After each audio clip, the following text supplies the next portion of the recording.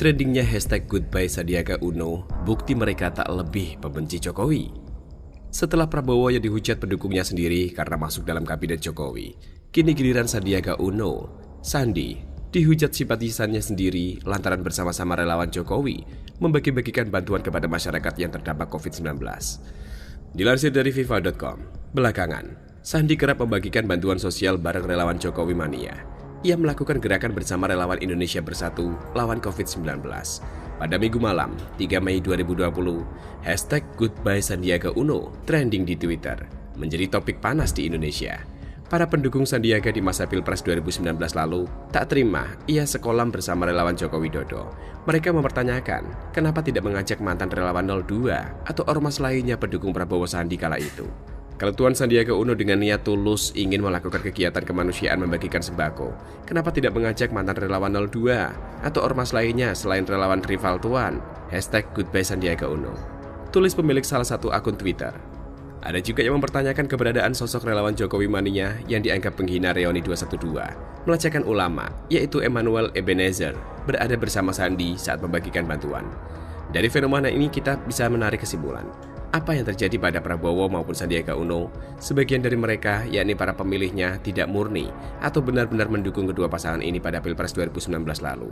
Sebaliknya, mereka hanya para haters atau kelompok yang memang sedari awal tidak suka alias benci terhadap Jokowi. Benarkah demikian? Jika begini, siapapun yang dilawankan dengan Jokowi, mereka pasti akan mendukungnya. Mereka sesungguhnya tidak begitu peduli dengan kandidat yang mereka pilih. Maka, ketika pilihan mereka berbelok arah, malah mendukung kebijakan pemerintah, maka dukungan mereka pun ambiar seketika. Dari puja-puji kemudian terbitlah hujatan dan caci maki. Padahal apa yang salah dengan Prabowo dan Sandi? Prabowo ingin terlibat dalam perbaikan bangsa seperti pernah dikatakan dalam pidato-pidatonya. Ia menyoroti pertahanan negeri ini yang dianggapnya lemah. Maka kemudian Presiden Jokowi memberikan kesempatan kepada Prabowo sebagai Menteri Pertahanan. Kementerian Pertahanan menjadi ajang pembuktian Prabowo. Apakah di bawah kepemimpinannya segi pertahanan Indonesia semakin kuat? Waktu yang bisa membuktikannya. Begitu pula dengan Sandiaga Uno.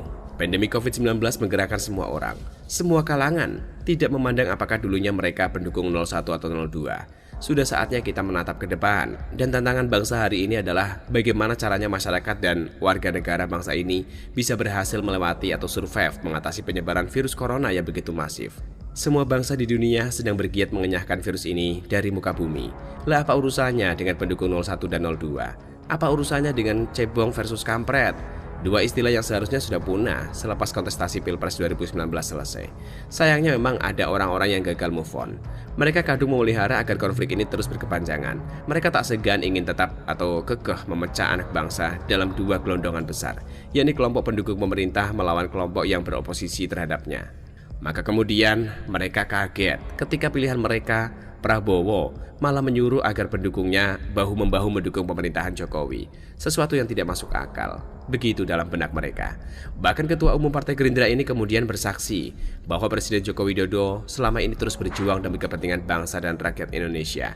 Hal itu diungkapkannya setelah 6 bulan dirinya bergabung dalam Kabinet Indonesia Maju sebagai Menteri Pertahanan. Selama saya menjadi bagian kabinet beliau, saya bersaksi bahwa beliau terus berjuang demi kepentingan bangsa, negara, dan rakyat Indonesia, ujar Prabowo, Rabu 22 April 2020 malam. Begitu pula dengan Sandi, hashtag Goodbye Sandiaga Uno jadi trending Twitter dan mesin pencarian Google. Senin 4 Mei pagi kemarin, penyebab Sandiaga Uno jadi trending Twitter adalah mantan calon Wapres dan Pilpres 2019 itu bergabung bersama Emmanuel Ebenezer membagikan sembako di TPA Bantar Gebang, Bekasi, Jawa Barat. Seperti diketahui, Emmanuel adalah ketua relawan Jokowi Mania atau pendukung setia Presiden Joko Widodo. Emmanuel Ebenezer selama ini dinilai banyak menyerang alumni 212 dan Gubernur DKI Anies Baswedan. Selain menjadi ketua relawan Jokowi Mania, Emmanuel Ebenezer juga ketua BTP Mania.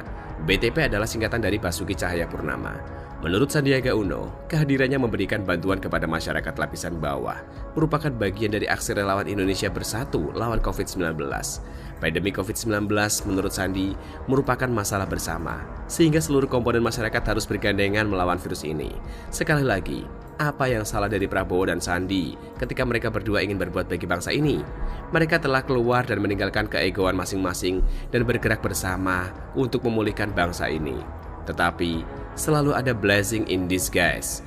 dalam setiap masalah yang kita hadapi. Apa itu? Hikmahnya kita dapat mengetahui bahwa sesungguhnya ada dua jenis tipe manusia di dunia ini, yakni manusia yang terus move on dengan masalah-masalah yang dihadapi, dan terakhir, ada jenis manusia yang gagal move on. Mereka berkutat dalam kubangan kebencian yang mereka bikin sendiri.